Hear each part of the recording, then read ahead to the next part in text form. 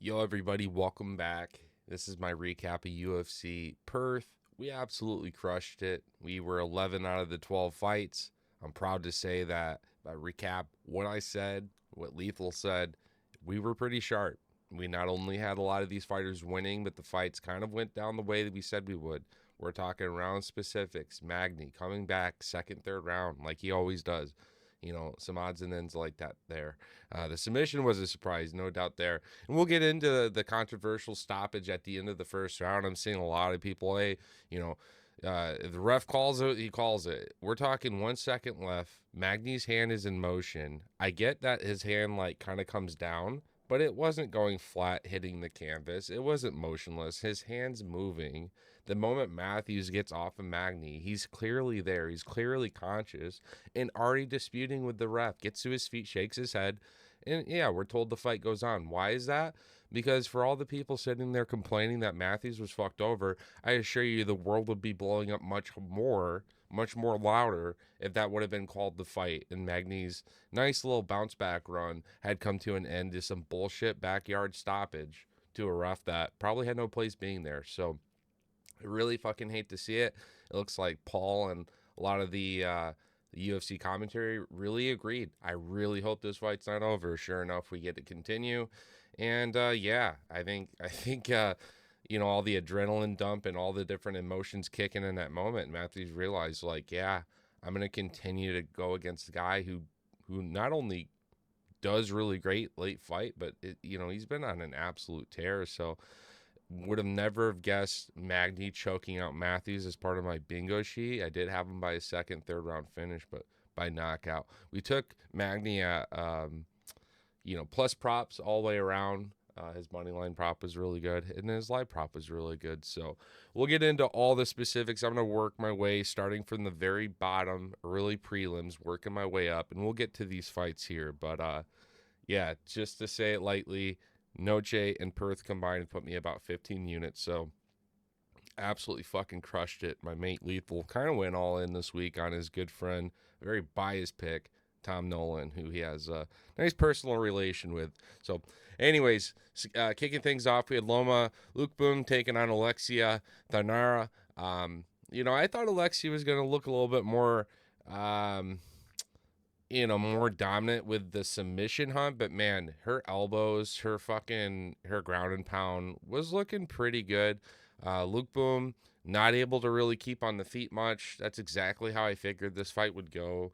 Little smaller, little weaker, and yeah, so Alexia gets double the strikes and the control time, an impressive 10 of 15 minutes. So, yeah, I saw a couple people it takes like Loma's going to look good. I get it.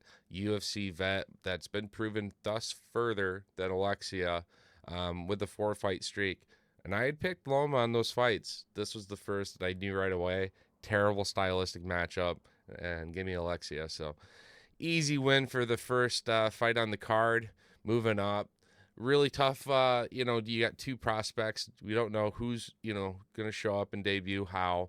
This week we talked about a physicality advantage. Brando is going to be much larger, rangier, powerful, and that's exactly all it took. Big, powerful, looping right hand hook sets up a nice little flurry. And yeah, this guy's a problem on the ground. Had no problem raining down shots that were completely getting home. Ellison was home until he wasn't. We're talking like 5-6 ground and pound shots, and his head just folds completely back and gets the knockout. So very nice for Brando. I think he said that he took like 100K loan to pursue this career, sleeping in gyms, his car, his mates' couches, and so pretty sure he got a bonus. So there's half of that paid off, and yeah, this guy's on his way, and another exciting guy to have at the heavyweight division. So fuck yeah, happy to see it. All right, moving up the card, Michelle Montague taking on Luana Carolina. And I actually want to reference a scorecard on this fight here. Let me find that right here. So what I really actually liked about this fight is Luana very early in this fight decided to do an illegal up kick. And it's like, how many fucking warnings, how many cautions are these fighters going to get? They're explaining the rules behind scenes. They know what's going on. They get out to the octagon, and these illegal strikes have big impacts. Low bros. What am I fucking saying? You fucking UFC China all of a sudden real quick there. Low blows, eye gouges, that shit can play a huge impact. But an illegal up kick, especially smack to the face, yeah, definitely can play a fucking big impact in the fight. Luana's got a good guard. She immediately was off her back against Michelle, who's had no problem taking these girls in the past to deep waters and raining down shots of her own, getting these girls to turn their backs to her, and there's a reason why she's had 6 rear naked chokes. She's a fucking vice grip. Her striking wasn't all that bad on the feet, and this ref did his job. He stepped in immediately, took the point away, and basically made this fight very early look like, all right, Luana's more than likely going to need a finish. However, one of the judges certainly had no problem, Ben Cartilage, giving the first round to Luana. Now he's probably swearing on damage there. Again, Michelle was gashed up pretty bad, but second round, 10-8 round all day because of the stupid fucking illegal up kick. So that was nice and easy. And third round, look at that. Ben was able to go back and give 10-8 round there as well. So as well as Evan.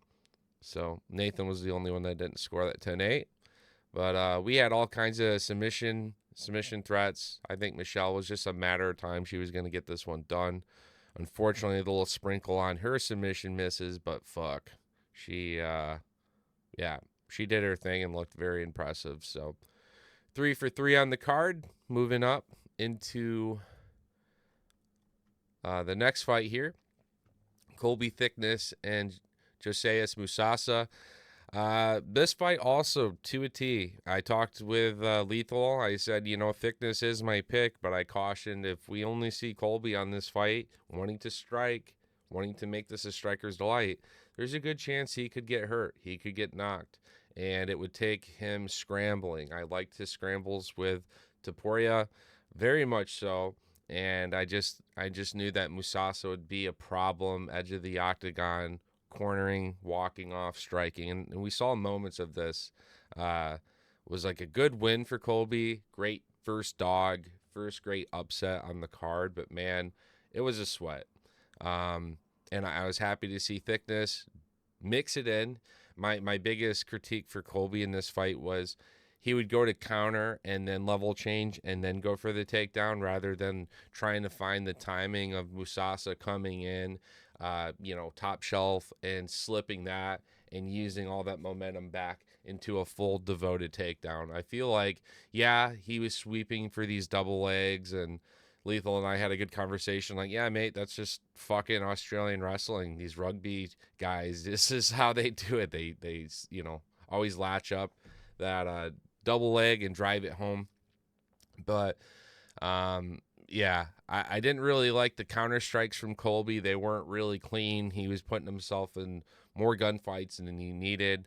So each time I was like, dude, every time you're on the ground with Musasa, you're looking great. Really, really much so wanted him to keep this fight on the ground. So in total, he had 14 takedown attempts. But when I look at the full devoted takedown, he didn't really have as many, you know what I mean? They were striking transitions that more times than not were getting stuff.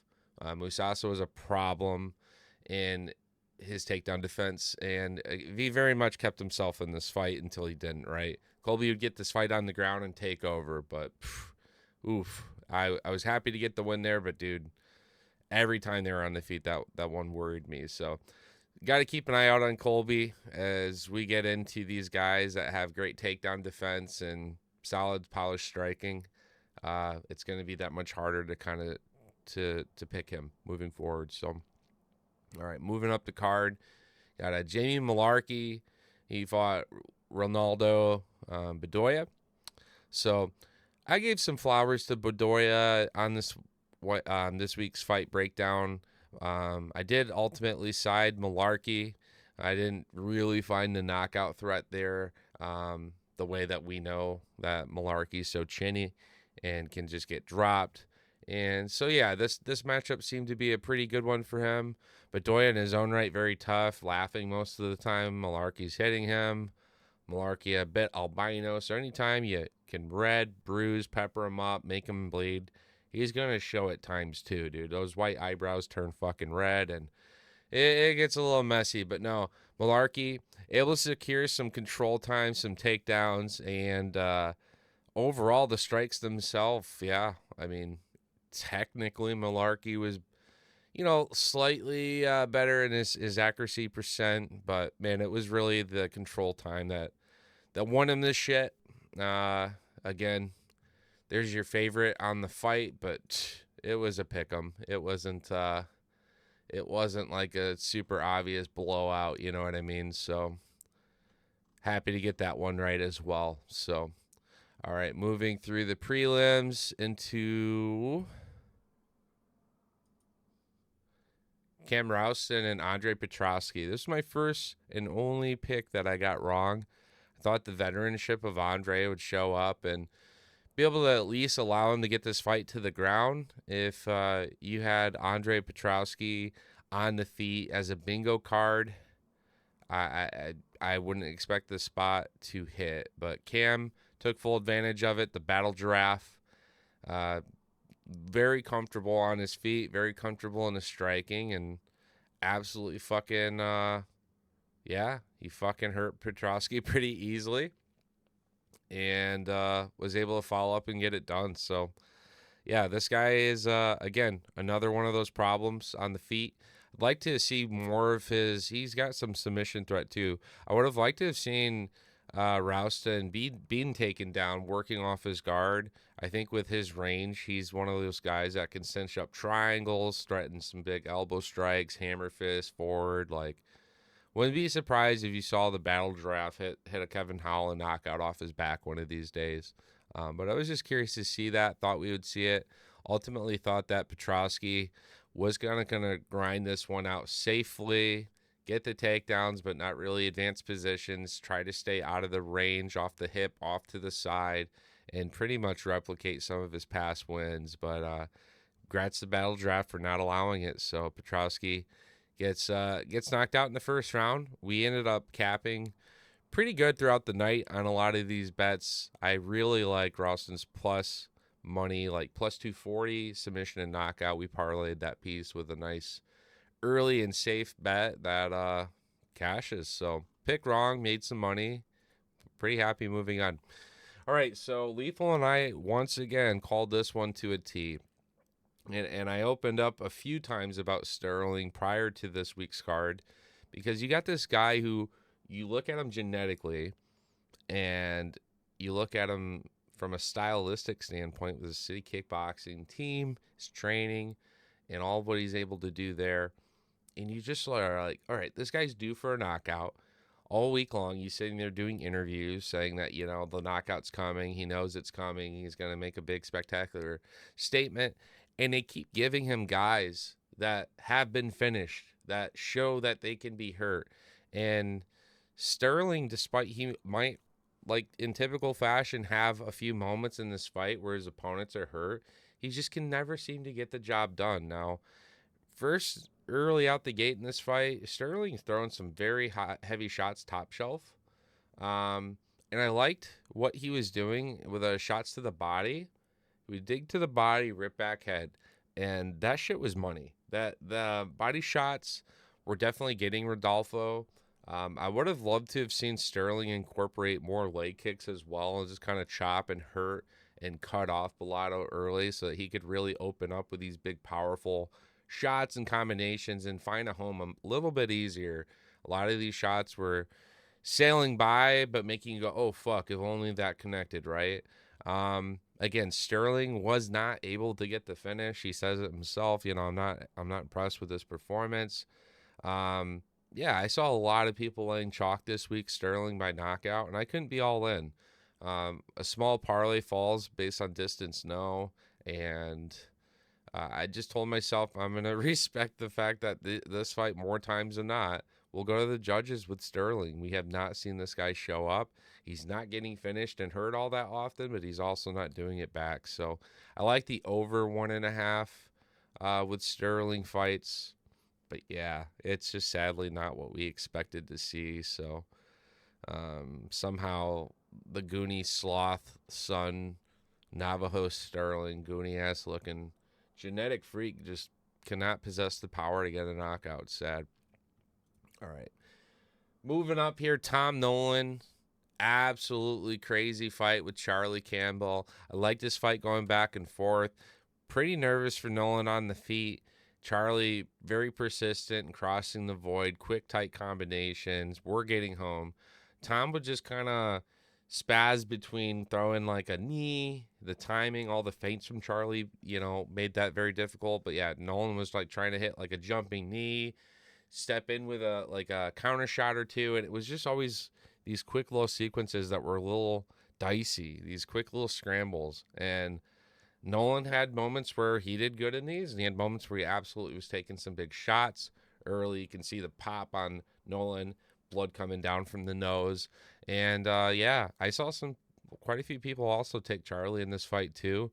Bookies did not respect Nolan's first love, his BJJ. I was able to secure him at a plus 1,000 prop submission. Damn, was I close. Grab that real quick. Yep, top of the morning to me. Damn, was I close in getting a pretty crazy method parlay that had Nolan on that plus 1,000 submission prop alone right there. So you can already imagine how hard that would have hit. But nonetheless, we took Nolan by finish. We took fight doesn't go to the judges. And we took Nolan by submission specifically. So this was a pretty okay cash cow for me. I was already securing 2+ units on the night just from this outcome alone, and some of those other finishes leading up to it. And our boy Lethal went all in on this. It was a simple sweat for him, pretty early. Didn't need to go into the main event, co-main event. This was all eggs in one basket.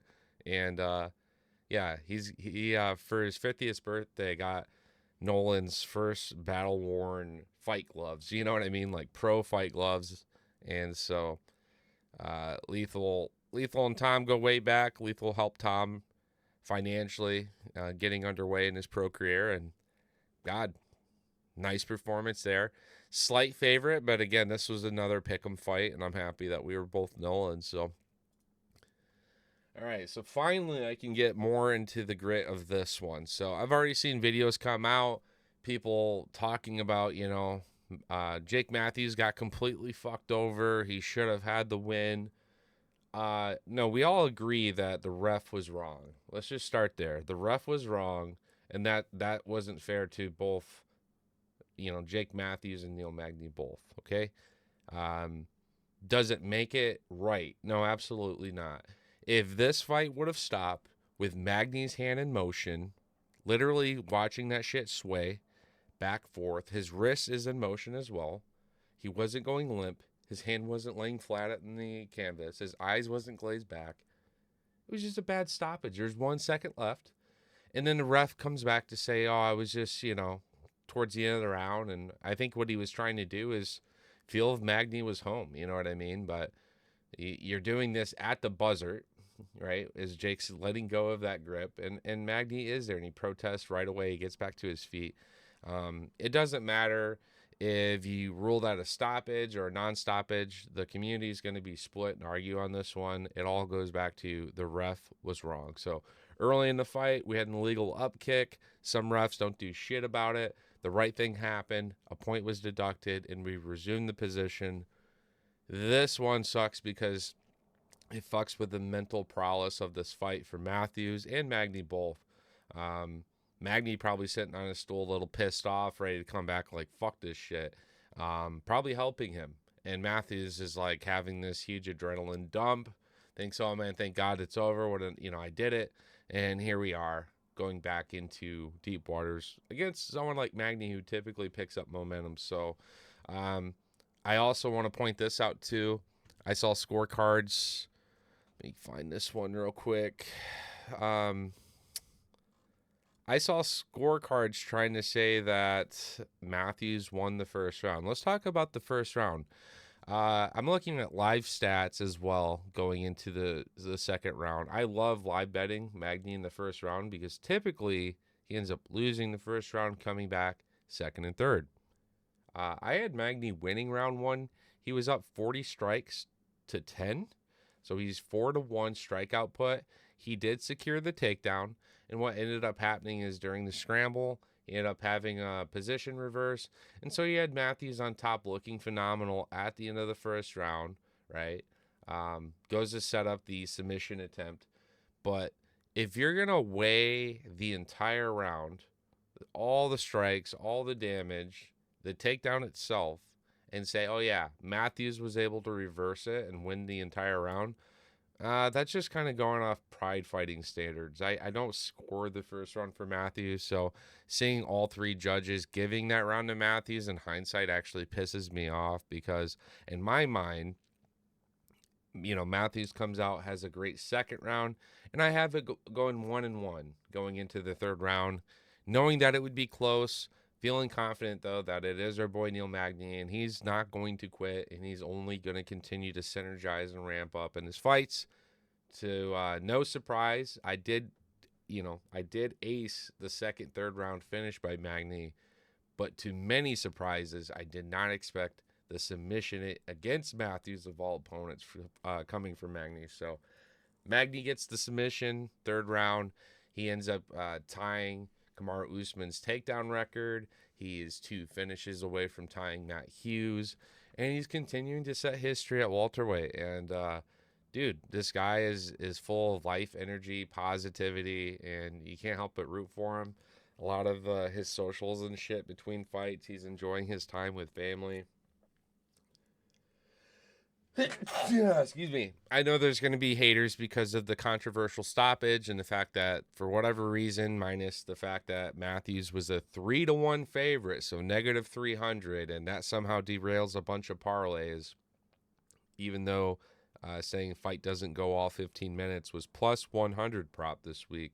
I see a lot of salty people saying, coulda, woulda, shoulda, made this amount of money, needed Matthews to win.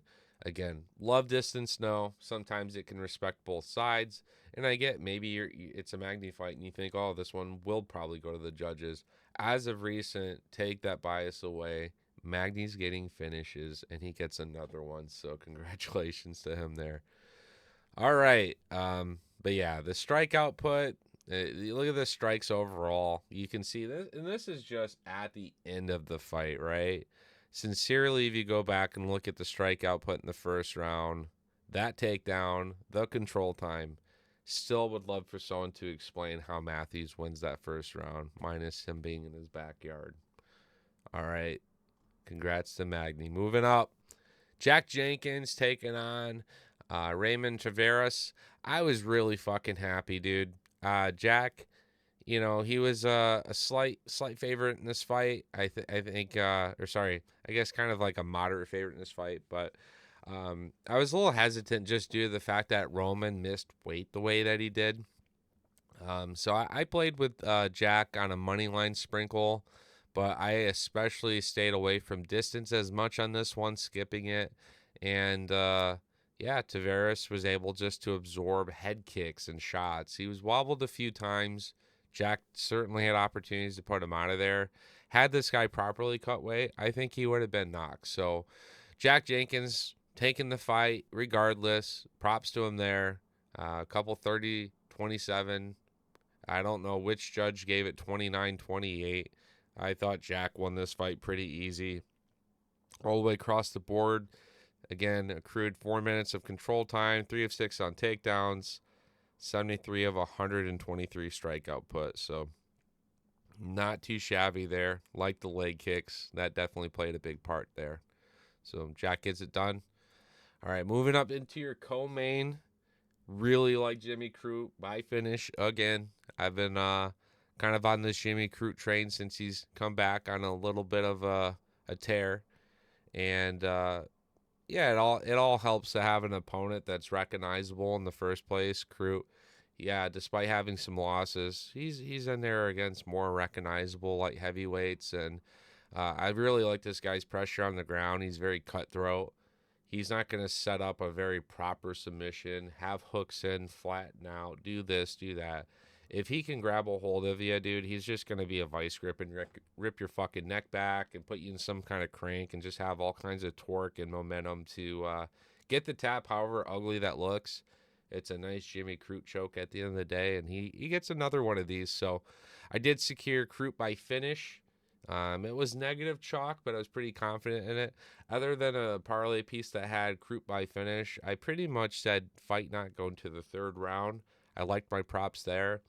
It was negative 300 prop to say fight doesn't go to the judges, but it was like a negative 180 or so, kind of like Diego Silva, to say the fight doesn't go to the third round, which in the Silva Diego fight was the fifth round. So, eliminating a round, getting much better prop, I look at that as like a quick boost and make some more juice. And it hits. So we get another round one finish from Crute. Sensational. And at this point, we're sweating the main event to end by a knockout and main event to end within the first 4 rounds. And that did not disappoint. So let's get into that there. Carl Ulberg, we knew that he was going to be more technical, that he should have more strike output. And he's just going to play chess in the hope, in the heart, right? So didn't bet too bad emotionally on this one. I'm sure me and many others had some sprinkles on Reyes by a knockout in the first few rounds, because the longer this one went on, the more Ulberg likely is playing chess better and winning the fight via points, backyard, at home, all those things considered. But it didn't take long. Reyes was in when he should have been out. Ulberg was tagging Reyes up, and that's all she wrote. I thought that you were going to see Dom take one to give one. Ulberg maybe investing into a low kick, and Reyes answering top shelf with his own athleticism, speed, and striking to maybe catch Ulberg at times. No, Ulberg was always a step ahead. His reads, super smooth, downloaded Reyes from start to finish, and looked masterclass. So this victory will now earn Carl Ulberg likely a backup title shot, as well as, being the next title contender against the winner of Poatan and Ankalaev. And I love that fight because both fighters get a new face. I said this around the time that Poatan became champ, and I'm looking at the division, who's coming up, who will fight him. Poatan went on to fight all the guys that I said I was hoping he would fight, and some of the guys on the rise, now Carl Ulberg, I'd pointed out pretty early on. I said, wouldn't that be a striker's delight? Wouldn't that be a masterclass matchup? Two former kickboxers, Poatan known for his forward pressure, marching you down, cutting you off, and Ulberg knowing for his counter-striking, his footwork, circling off the back foot, and finding the right timing to step in and tag up. So I think that's a wonderful matchup, win or lose for Poatan against Ankh. I want to see that one at some point at light heavyweight division. But nonetheless, Poatan can get it done. We're set for an amazing first title defense against Ulberg, hands down. My heart goes out to Reyes. I know that, he's a good dog through and through. He's tough, never quit, never give up mentality. Man, someone posted like a picture of his high school quote as well. Same shit, dude. He's been this way, just who he is. It's in his DNA. And I don't think we've seen the last of him yet. I'm expecting some happier matchups, some happier, and I can't imagine he has many left in the chamber, but I'm expecting him to get a couple more W's, if not one, maybe even just one last W before calling it an amazing career. In my heart, I would have been happy with Ulberg getting unlucky and getting caught out by surprise by Reyes, and Reyes being in this spotlight, because when you reverse history, and you look at coulda, woulda, shoulda, especially the John Jones fight, you can't help but root for Reyes being part of that conversation right now between Poatan and Ankh. So it's not going to happen for now. Probably isn't going to happen at all. But, dude, Reyes is such a good dude that, yeah, whoever he's fighting next for sure, I can't help but root for him that much further. So to conclude this card, we are 11 for 12 picks again. I'm seeing a lot of people wiping out on, despite the stakes are higher, choosing method and fighter specific. A lot of people wiping out in some areas where I thought it was just safe to respect the distance snow. And that's why we were able to cash out on a plus 3,600 slip, missing quite a few others that were pretty close as well. Again, that Nolan parlay would have been crazy with the submission prop already being 1,000 alone, but nonetheless, we secured 15 units over the last 2 weeks. This week was another fantastic card for me, and yeah, I had an amazing time on this one. So, on paper, UFC Perth wasn't going to be super impressive, wasn't going to be, this and that, but it's the power of fighting in front of a live audience that I think we were able to witness. Furthermore, that when you're able to set these fighters up in front of fans like this, you're creating fans for life. You're creating memories, right? And so I'm always going to support UFC being on the road. I don't care the quality of the card in comparison to not being at the Apex. So I think some fight nights can surprise us. This was definitely one of those. We got some fantastic finishes and some people that we either hadn't quite seen enough of or before at all showed up and looked very impressive as well, which just adds to it. Had a lot of cancellations. The card was kind of cursed, but it's okay. Everyone came through and delivered. And that's going to be it for me, guys. No Volk on this card, no Izzy, no Whitaker. But man, did that one still come through and end up being not too bad. So hope you enjoyed this week's recap. Hope you enjoyed, if you had a chance to watch the forecasts, the Lethal Toad MMA segment where we were able to go through and be pretty sharp on this breakdown. Hope you enjoyed it. Please drop a comment, a like, and consider subscribing and turning on bell notifications when we post more content so that you can be ahead of the curve and not being told after the fact, toe to so. Much love. Peace.